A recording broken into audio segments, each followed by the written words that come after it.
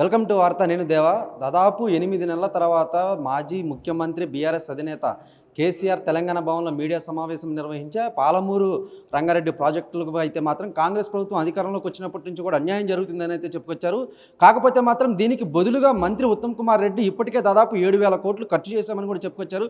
ప్రస్తుతం ఇదే విషయంపై మనతో పాటు మాట్లాడడానికి మాజీ మంత్రి శ్రీనివాస్ గౌడ్ గారు ఉన్నారు.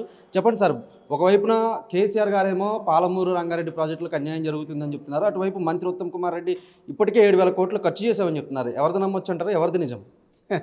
ఏడ ఖర్చు పెట్టి ఏం పని చేసి మాకైతే తెలియదు ఎవరికి. మా జిల్లాలో మాత్రం ఒక జేసీబీ నడిచింది చూడలే, 38 మంది తీసి బయట పడేసింది కూడా చూడలే. మరి 7,000 కోట్ల ఖర్చులు ఎట్లా వీళ్ళు పని చేయించింది లేదు, ఎట్లాగించి ఇస్తే పాత వరకు బిల్లులు ఇచ్చి ఉండొచ్చు, ఆ బిల్లులు చూసి చెప్పిండొచ్చు. కానీ అదంతా ఉట్టిదే. ఎస్ఎల్బీసీలో చనిపోయినటువంటి వాళ్ళని బయటికి తీస్తలేరు, చనిపోయిన శవాలను బయట తీయనేళ్ళు. ఇక వాళ్ళు ఏం పని చేస్తారండి చెప్పండి? ఏం పని అయితే వాళ్ళ నుంచి ఏమవుతుంది?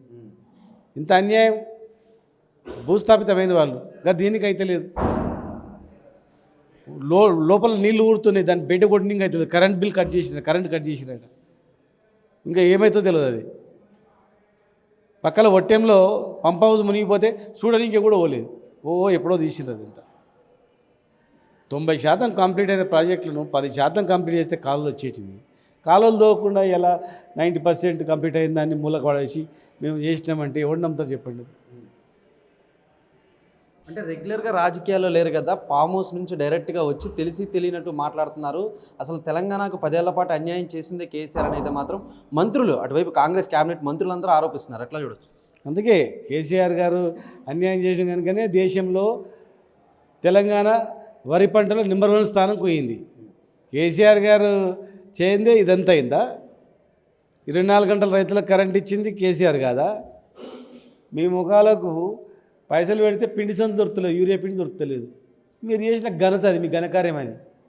ఇచ్చిన కరెంటు మళ్ళీ పోతుంది, ఎప్పుడు పోతుందో తెలుస్తలేదు. 10 సార్లు పోతుంది కరెంటు. 50 లక్షలు ఉన్న ఎకరా ఇలా మళ్ళీ 10 లక్షలు పడిపోయింది. మీ ఘనతకు, మీ ఘనకీర్తికి. స్వాతంత్రం వచ్చినప్పటి నుంచి ఎవడు పరిపాలించినా మీరే కదా. మీరు చేసిన పాపానికి మేము తెలంగాణ వచ్చేంత వరకు తాగడానికి నీళ్ళు దొరకకుండా నువ్వు వ్యవసాయం గురించి దేవుడు ఎరుగు. అది మీ పరిస్థితి. ఇలా పేపర్లో చూస్తే బాధ అనిపిస్తుంది. అంగన్వాడీ కేంద్రాల్లో పందులు పిల్లలు ఉదగర తింటున్నాయి. గురుకులాల్లో రోగాలు చచ్చిపోతున్నారు. ఇప్పుడు 150 మంది చనిపోయింది. పట్టించుకుని నాతుడు లేడు. హెలికాప్టర్లు వేసుకొని తిరుగుడు తప్ప అటు ఇటు చేసింది ఏం లేదు. అంత ఉట్టిదే. వాళ్ళు ఏదో భయపడి మాట్లాడతారు. కేసీఆర్ గారు బయటకు వచ్చినట్టు వణుకు పుట్టింది అనమాట. ఒక పులి ఒక్క అడుగు వేసే వరకే గదగద వణికి ఇష్టానుసారంగా మాట్లాడుతూ ఉన్నారు. అంటే ఒక్క సమావేశం పెట్టిన వెంటనే అటువైపు సీఎంతో సహా చిట్చాట్ అయితేనేమి, మంత్రులందరూ కూడా పొన్నం ప్రభాకర్, ఉత్తమ్ కుమార్ రెడ్డి, సీతక్క వీళ్ళందరూ అంటే ఒక్కసారిగా సమావేశం నిర్వహించి అటువైపు రాజకీయంగా ఎదుర్కోలేక ఇటువంటి వ్యక్తిగత ఆరోపణలు అంటారు. అంతే, 100% రాజకీయమే కదా. ఇలా స్వాతంత్రం వచ్చిన నుంచి పరిపాలించిన వాళ్ళే, వాళ్ళ హయాంలోనే ఈ రాష్ట్రం అంతా దివాలా తీసింది. వాళ్ళ హయాంలోనే ఆకలి చావులు, వాళ్ళ హయాంలోనే చేనేతలు చావులు.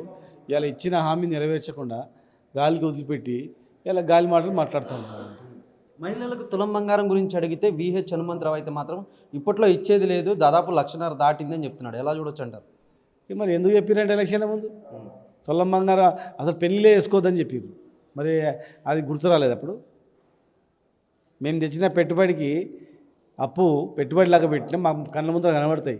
హాస్పిటల్ కనబడతాయి, మెడికల్ కాలేజ్ కనబడతాయి, గురుకులాలు కనబడతాయి, 1000 గురుకులాలు కనిపిస్తాయి, చెరువులు కనిపిస్తాయి, కుంటలు కనిపిస్తాయి, చెక్ డ్యాములు కనిపిస్తాయి.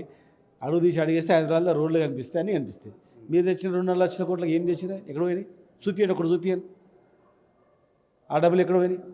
ఇవన్నీ పిచ్చి మాటలు. అవన్నీ వాళ్ళు ఇచ్చినవి ఇయ్యలేదంటే కాదు, ప్రజలకు ఒకవేళ ఎవరైతే ఇయ్యలేదని చెప్తారో ప్రజలకు క్షమాపణ చెప్పి దిగిపోవాలి.